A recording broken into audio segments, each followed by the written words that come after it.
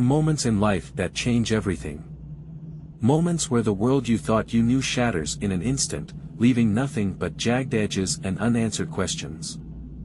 For me, that moment came on a cold winter night, just hours before I was set to leave for my annual ice fishing trip. I had always loved the solitude of the frozen lake. It was my way of escaping, of finding peace away from the noise of everyday life. My wife, Jenna, never shared my enthusiasm for it, but she never complained either. Or so I thought. That night, as I packed my gear in the garage, I heard her voice. The soft murmur of a conversation. At first, I wasn't paying attention, she was probably talking to her sister or a friend.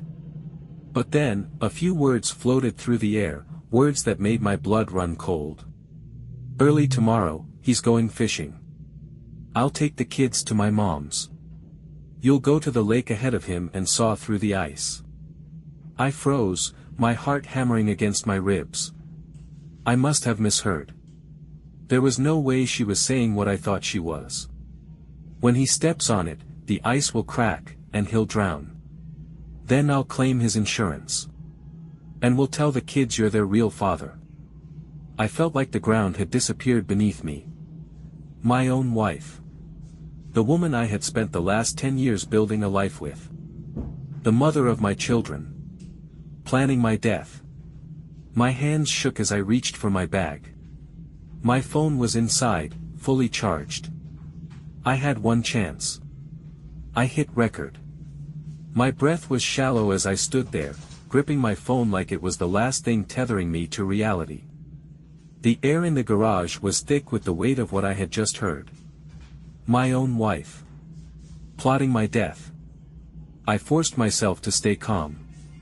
Storming in there, screaming accusations, demanding answers, it wouldn't do me any good.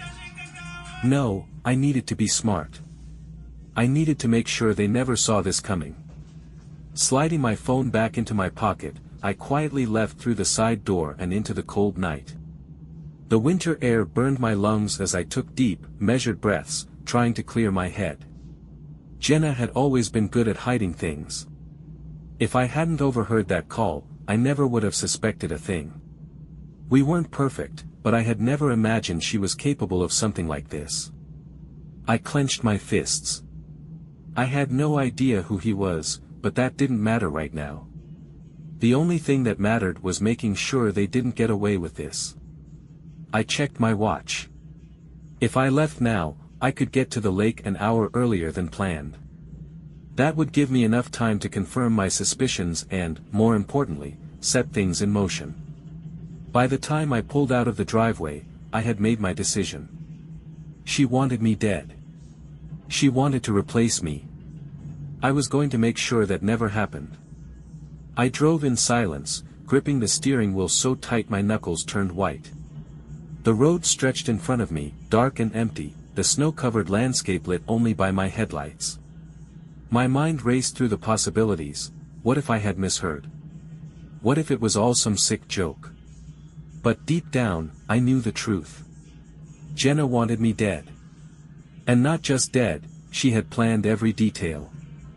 The ice, the insurance, even who would take my place. I fought against the anger clawing at my chest. This wasn't the time to let emotions get the best of me. I needed to stay sharp. I needed to get to the lake before he did. The drive took just under an hour, but it felt like days.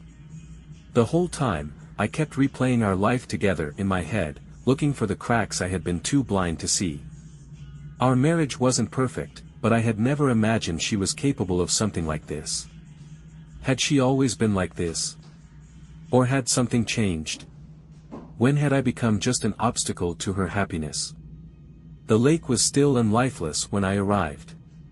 The air was sharp, the kind of cold that cut right through you. Snow crunched under my boots as I stepped out of the truck and surveyed my surroundings. Then, in the distance, I saw it. A car. My stomach tightened. He was already here. I reached into my glove compartment and pulled out my hunting knife, more out of instinct than necessity. I wasn't sure what I was going to do, but I wasn't leaving anything to chance. I approached the car carefully, my boots making barely a sound on the frozen ground. The closer I got, the more certain I became, this wasn't some mistake. This was real. The engine was off, but I could see the faintest glow of a phone screen inside. He was waiting. I crouched beside the rear tire and pulled my knife from its sheath. With one sharp, deliberate motion, I slashed the rubber. The hiss of air escaping into the cold night sent a strange sense of satisfaction through me. Then, I did the same to the others. If he was going to try and kill me, I wasn't going to make it easy for him to escape. I stepped back, my breath forming thick clouds in the freezing air. I had to be careful. If I confronted him now, I had no idea how things would play out. But if I waited, if I let him make the first move. A rustling sound from inside the car. I slipped into the shadows and watched as the driver's side door creaked open. A man stepped out, bundled up against the cold. I didn't recognize him. He stretched his arms, looked around, and then grabbed a large duffel bag from the passenger seat. He wasn't here for a friendly chat. I watched as he made his way toward the frozen lake, his breath coming out in steady puffs. His boots crunched against the snow as he moved with purpose, a man on a mission. I followed, keeping my distance. Then, I saw it. The ice. There was a faint, unnatural-looking patch near the center, barely noticeable in the dim light. This was it. This was where I was supposed to die. The rage inside me burned like a wildfire, but I forced myself to stay calm. I had him exactly where I wanted him. I stepped out from behind the trees and into his path. He froze. His eyes locked onto mine, and for the first time, I saw the flicker of realization, the moment he understood that his plan had failed. I let the silence stretch between us, let the weight of the situation sink in. Then, I took a step forward. "You were expecting someone else?" I asked, my voice even and cold. His eyes darted toward his car, but I already knew he wasn't going anywhere. Not tonight. Not ever. The man stood frozen, his breath coming out in quick, visible puffs. He hadn't expected me to be here. That much was obvious. His eyes flicked between me and his car, but I knew he wouldn't make a run for it, not with 4 slashed tires and nowhere to go. I took another slow step forward, letting the weight of the moment settle in. "Got here early," I said, my voice cold, measured. "Looks like you did too." His fingers twitched at his sides, like he was debating whether to bolt or fight. Up close, I could see his face clearer now, early 40s, rough stubble, sharp jawline. He wasn't a stranger, but he wasn't someone I knew well either. Maybe I'd seen him in passing, a face I ignored because I never thought he'd matter. But he mattered now. "Who the hell are you?" I asked, tilting my head. He swallowed, his Adam's apple bobbing in his throat. "You know who I am," he finally said. "Or at least, you know why I'm here." I clenched my fists. So he wasn't even going to lie about it. "Jenna sent you," I said, keeping my voice calm, controlled. He hesitated just a fraction too long. That was all the confirmation I needed. I took another step forward. He took one back. We both knew where this was heading. "You were gonna cut through the ice," I continued. "Make sure I went under. Make sure there was no way out." His jaw tightened. He didn't deny it. "You were gonna take my place," I said, feeling the bitterness on my tongue. "Move into my house. Raise my kids." Finally, his face hardened. The fear in his eyes flickered into something else, something colder, something meaner. "She doesn't love you anymore," he said, his voice steady now. "She wants me. She's been wanting me for a long time." I felt something snap inside me. Before I knew it, I was moving. I lunged. He swung first, a wild, desperate punch, but I saw it coming. I ducked, driving my shoulder into his chest and sending him staggering back. His boots slipped against the ice, but he caught himself, barely. "You're dead already," he spat, regaining his balance. "Jenna doesn't want you. You're just—" I didn't let him finish. My fist connected with his jaw, hard enough to make his head snap to the side. He stumbled, blinking fast, trying to stay on his feet. But I wasn't done. I grabbed him by the collar and slammed my forehead into his nose. A sickening crack. Blood sprayed across the ice. He let out a strangled yell, clutching his face as he staggered back. His hands came away red, his breath hitching. "You!" His boot hit the thin patch of ice. A deep, splintering crack echoed through the night. His eyes went wide. For the first time, real fear set in. The ice beneath him groaned, splitting further. Water seeped up through the cracks, dark and bottomless. "No, no, wait." He tried to move, but it was too late. The ice gave out. He plunged into the freezing blackness. For a second, there was only silence. Then, thrashing. Panicked, gasping breaths. His hands clawed at the jagged edges of the ice, but the surface was too slick, too broken. He couldn't get a grip. I watched him struggle, watched as the water dragged him down inch by inch. "Help me," he screamed, his voice cracking. "Please. You don't have to." I crouched at the edge, just out of his reach. "You were gonna kill me," I said quietly.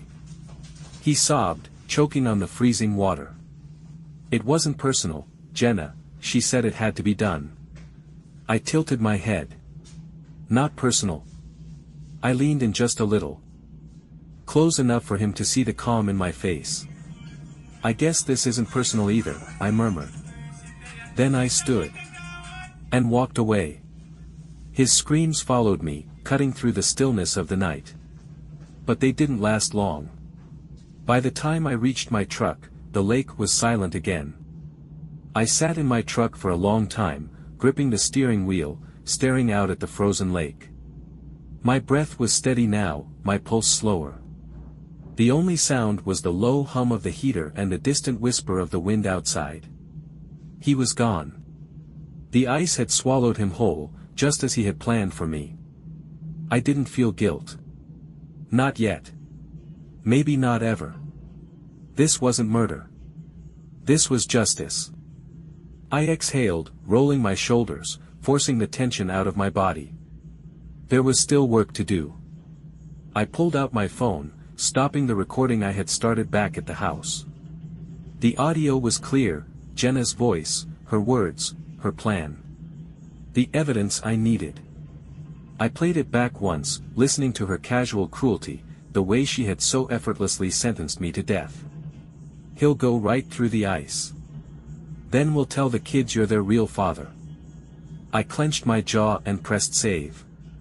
The police? No. Not yet. Jenna wasn't going to prison. She was going to suffer. I put the truck in drive and pulled away, leaving the lake behind me. The storm had passed, the night was clear, crisp.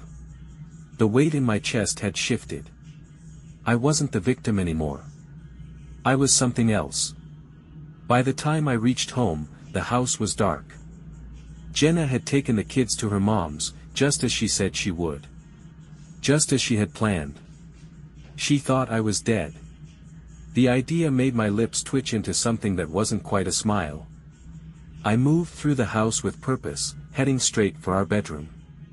My bag was still by the door where I had left it earlier that night.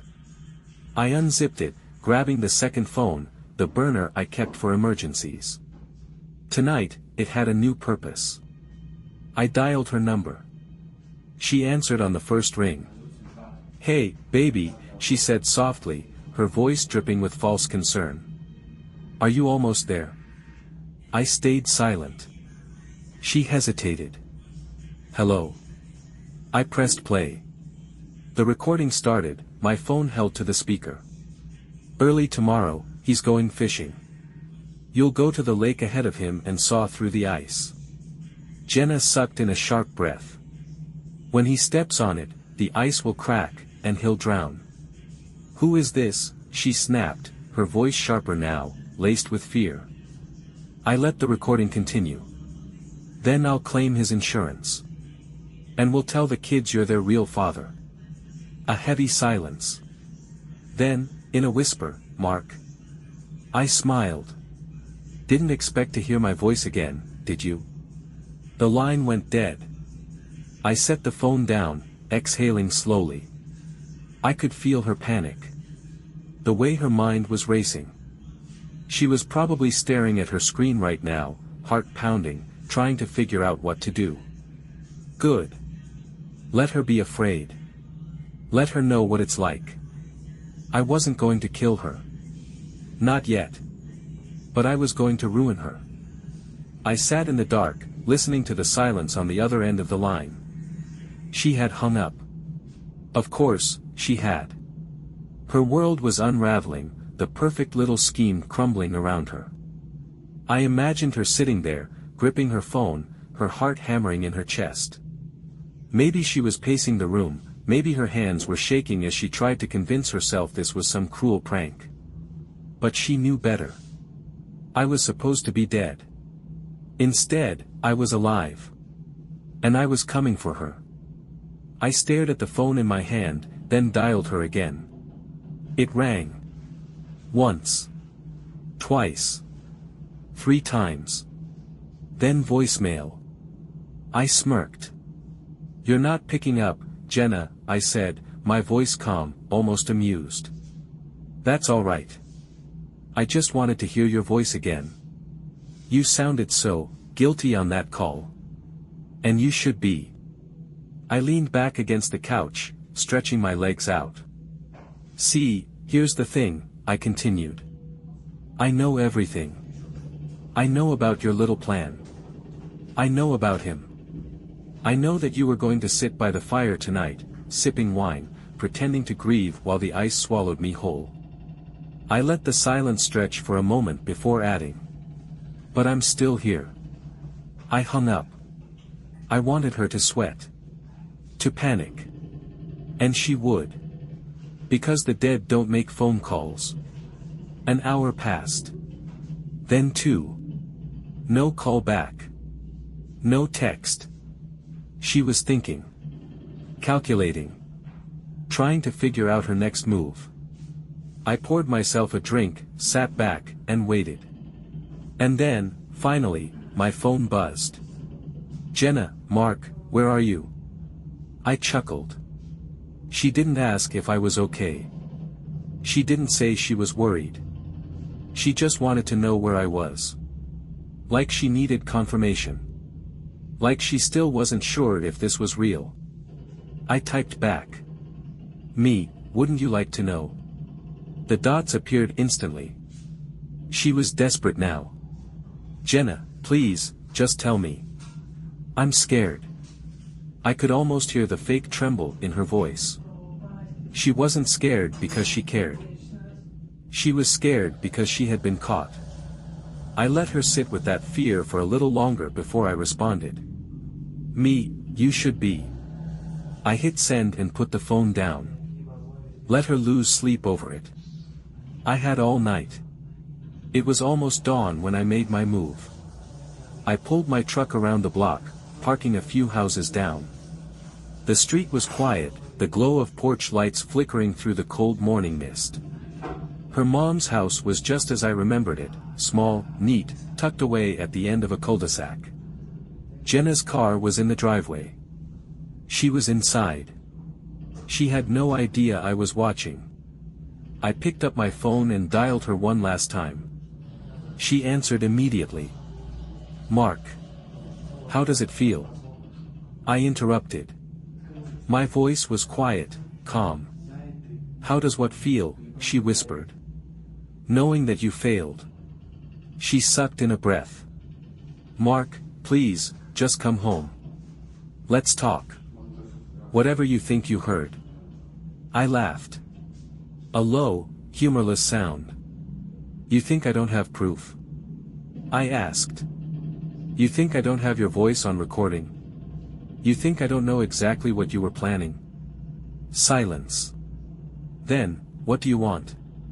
Ah. There it was. The shift. She wasn't trying to deny it anymore. She was negotiating. Like this was some business transaction. Like my life was something she could bargain for. I took a slow breath. I want you to remember this moment, Jenna. I want you to remember exactly how you feel right now. Because this is only the beginning. She made a small noise, somewhere between a whimper and a breath. You don't get to walk away from this, I continued. You don't get to smile at our kids like nothing happened. You don't get to kiss me on the cheek and pretend you weren't ready to throw dirt on my grave. I paused, letting the words sink in. You don't win. A choked sob. Mark, she whispered. I hung up. I put the truck in gear. And I drove away. Jenna was unraveling. I could hear it in her voice, in the cracks between her words. The fear, the panic, she knew she had lost control. Good. But I wasn't finished. Not by a long shot. I drove for a while, letting the night fade into morning, my mind clear for the first time in hours. The rage that had burned in my chest all night had settled into something colder. Something sharper. I wasn't interested in just exposing her. I wanted her to feel what it was like to be powerless. To watch everything she had built, everything she had schemed for, fall apart in front of her. And I knew exactly where to start. I parked outside a small coffee shop and pulled out my phone. I had a plan, but I needed to move carefully. The recording of her confession was my insurance, but if I played my hand too soon, she'd find a way to spin it. So I needed leverage. More than just words. I scrolled through my contacts until I found the name I was looking for. Tom Reynolds. A private investigator. A damn good one. I had used him once before, years ago, when my buddy suspected his wife was cheating. Tom had delivered proof in less than a week. He wasn't cheap, but he was thorough. I hit call. He picked up on the second ring. Reynolds Investigations. Tom. It's Mark Hensley. A pause. Then, Mark. Been a while, man. What's up? I took a deep breath. I need you to find out everything you can about a guy named, I hesitated, remembering I never got the bastard's name. Actually, scratch that. I need you to check into my wife. Jenna Hensley. That got his attention.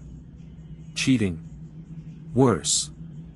I heard the slight shift in his tone, the interest sparking. How bad we talking? She plotted to kill me. Silence. Then, Jesus, Mark. Yeah. I rubbed a hand over my face. I've got a recording of her setting it up. But I need more. I need everything on her. Every secret, every lie. And most importantly, I need to know who the hell she's been screwing around with. Tom let out a low whistle. All right. This is gonna take some digging. How fast do you need it? Yesterday. He chuckled dryly. Figured. Send me any details you've got, and I'll get started. I exhaled, relief settling in my chest. Appreciate it, Tom. You got it. And Mark? Yeah. Be careful. I hung up. Now, the clock was ticking. By the time I pulled into my driveway, the sun was creeping up over the horizon. The house was quiet. Jenna hadn't come home. Good. I walked inside, grabbed a beer from the fridge, and sat at the kitchen table. The house felt different now. Like the air had shifted. This wasn't my home anymore. It was a battlefield. I took a sip, letting the cold drink settle in my throat. Jenna had spent months, maybe even years, planning my death, thinking she was untouchable. Now, it was her turn to look over her shoulder. I checked my phone. Nothing from her. I smiled. Let her wonder. Let her pace the floor at her mother's house, running through 1,000 different scenarios. Because the moment she thought she had it figured out, I was going to hit her even harder. And when I was done, she would have nothing left. The morning passed in silence. No calls. No texts. Jenna was waiting. She wanted to see if I'd make the next move. She didn't have to wait long. By noon, I had everything in place. Tom was already digging through Jenna's past, her phone records, credit card transactions, social media activity. If there was a crack in her story, he would find it. But I wasn't sitting back and waiting. I was going to push her.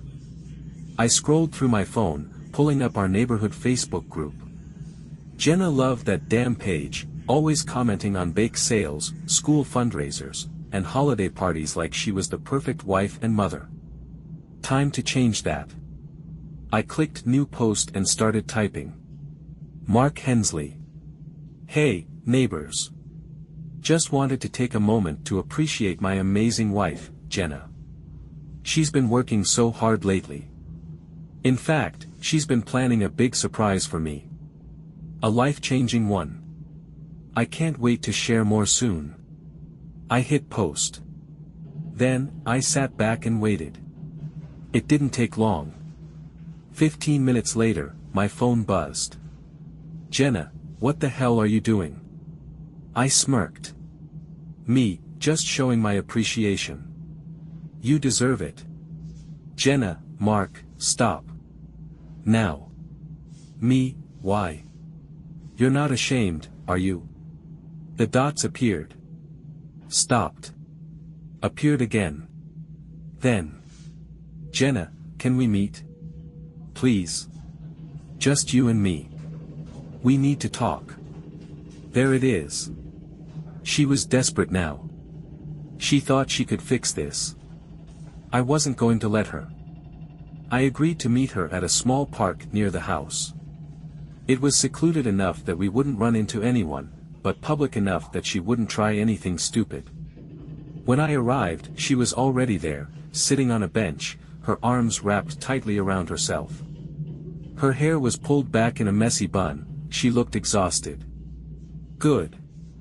She stood when she saw me, taking a hesitant step forward. Mark, I held up a hand. Save it. She flinched. For the first time since this all started, I saw something real in her eyes. Fear. She took a deep breath. I don't know what you think you heard, but... I pulled out my phone and hit play. Her voice filled the cold air. Early tomorrow, he's going fishing. You'll go to the lake ahead of him and saw through the ice. She went pale. When he steps on it, the ice will crack, and he'll drown. Then I'll claim his insurance. Her hand flew to her mouth. And we'll tell the kids you're their real father. I paused the recording and slipped my phone back into my pocket. You were saying. Tears welled in her eyes. Mark, please. It's not what you think. I laughed. Really? Because it sounds like you and your boyfriend were planning to murder me. She shook her head violently. No. It wasn't real. It was just talk. We were angry, we were venting. It was never supposed to be. Shut up, I snapped. She flinched again. You don't get to lie to me anymore, Jenna. I know what you did. And I know why. You wanted the insurance money. You wanted him. And you were willing to throw me under the ice to get it. She swallowed hard. Where is he? She whispered. I tilted my head. Who? You know who. I let a slow smile creep across my face. I don't know, Jenna, I said, shrugging. Maybe he went fishing. Her breath hitched. She staggered back, shaking her head. No, you. I stepped closer. I wonder if he felt it. The moment the ice cracked beneath his feet. The second he realized he was the one drowning instead of me. She let out a strangled sob. You killed him. I leaned in, lowering my voice to a whisper. No, Jenna. I smiled. You did. Jenna staggered back like I had physically struck her. Her lips trembled, her breathing uneven. For the first time, she wasn't in control. I let the silence stretch between us, watching as she tried to process what I had just said. She shook her head violently. No, this isn't happening. You're lying. I tilted my head, amused. Am I? Her eyes darted around, like she was expecting him to suddenly walk out from behind a tree and tell her it was all a joke. But no one was coming to save her. She wrapped her arms around herself. Mark, please, we can fix this.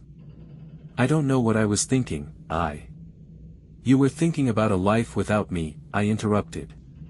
You were thinking about my life insurance. About moving him into my house. Raising my kids with him. She swallowed hard, but she didn't deny it. Instead, she changed tactics. The kids, Mark. Think about them. We don't have to do this. I clenched my jaw.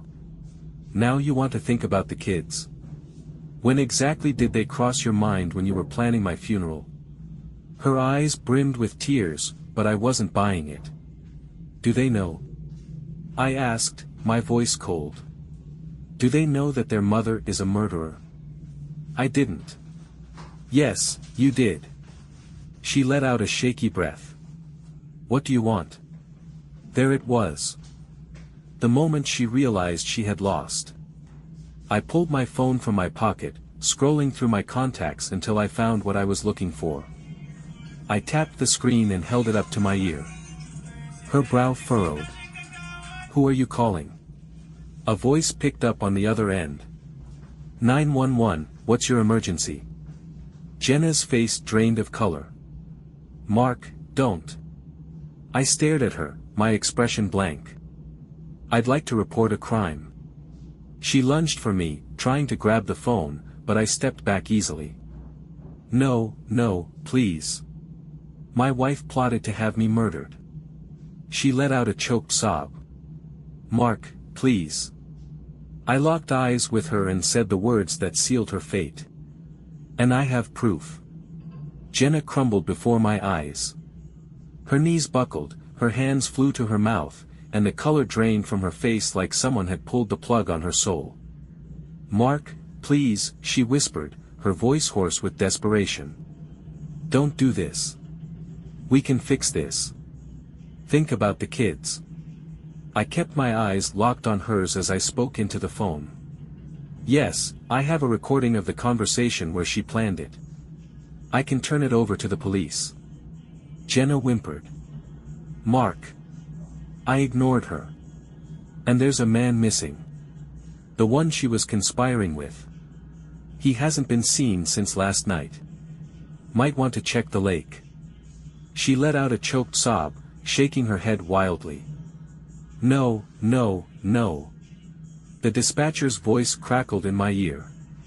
Sir, we're sending officers to your location. Can you stay on the line? I glanced down at Jenna, trembling in the dirt like a wounded animal. Yeah, I said, watching her break apart. I can wait. The police arrived faster than I expected. 2 squad cars pulled up, kicking up gravel as they skidded to a stop. Officers stepped out, hands resting on their holsters, eyes sharp with suspicion. Jenna turned to them, her face streaked with tears. Please, she cried. My husband, he's lying. He's trying to frame me. I didn't flinch. I pulled out my phone, tapped the screen, and let the recording play. Her voice filled the air, every incriminating word sealing her fate. Early tomorrow, he's going fishing. You'll go to the lake ahead of him and saw through the ice. When he steps on it, the ice will crack, and he'll drown. Then I'll claim his insurance. Jenna let out a guttural wail, shaking her head violently. No. It's not what it sounds like. The officers exchanged glances. Then, one of them stepped forward, his face stone cold. "Ma'am, turn around and put your hands behind your back." Jenna's breath hitched. "No, no, please. Now." Her body shuddered as she took a step back, but there was nowhere left to run. The officer grabbed her wrist, spinning her around with practiced ease. The snap of the cuffs locking into place echoed through the empty park. I watched as she collapsed under the weight of her own sins. "Mark," she sobbed, twisting her head to look at me. "Please. Don't do this." I crouched down so we were at eye level. "You did this to yourself," I said, my voice calm. "Now you get to live with it." Her sobs turned into something broken, something hollow. The officers pulled her to her feet. One of them glanced at me. "Sir, we'll need you to come down to the station. Make a full statement." I nodded. "Of course." Jenna screamed my name one last time as they shoved her into the back of the squad car. Then, just like that, she was gone. The next few days were a blur. The police searched the lake. They found him. Or at least, what was left of him. They pieced it together quickly, her motive, the insurance, the affair.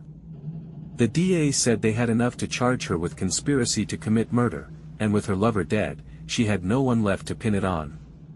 Jenna was done. She wouldn't be coming back. 2 weeks later, I stood in the doorway of my house, staring at the empty living room. The silence was deafening. Jenna's things were still here. The framed photos, the blankets she loved, the little notes she used to leave on the fridge before all of this. The kids were staying with my sister for a while. They didn't understand everything yet. And maybe that was for the best. I walked to the kitchen, grabbed a beer, and sat at the table. For the first time in weeks, I exhaled. I had survived. I was supposed to be dead. But instead, I had won. And Jenna? She'd be spending the rest of her life trapped in a different kind of prison. Not the one with bars. But the one where she knew I was still out here. Living. Breathing. And never, ever thinking about her again.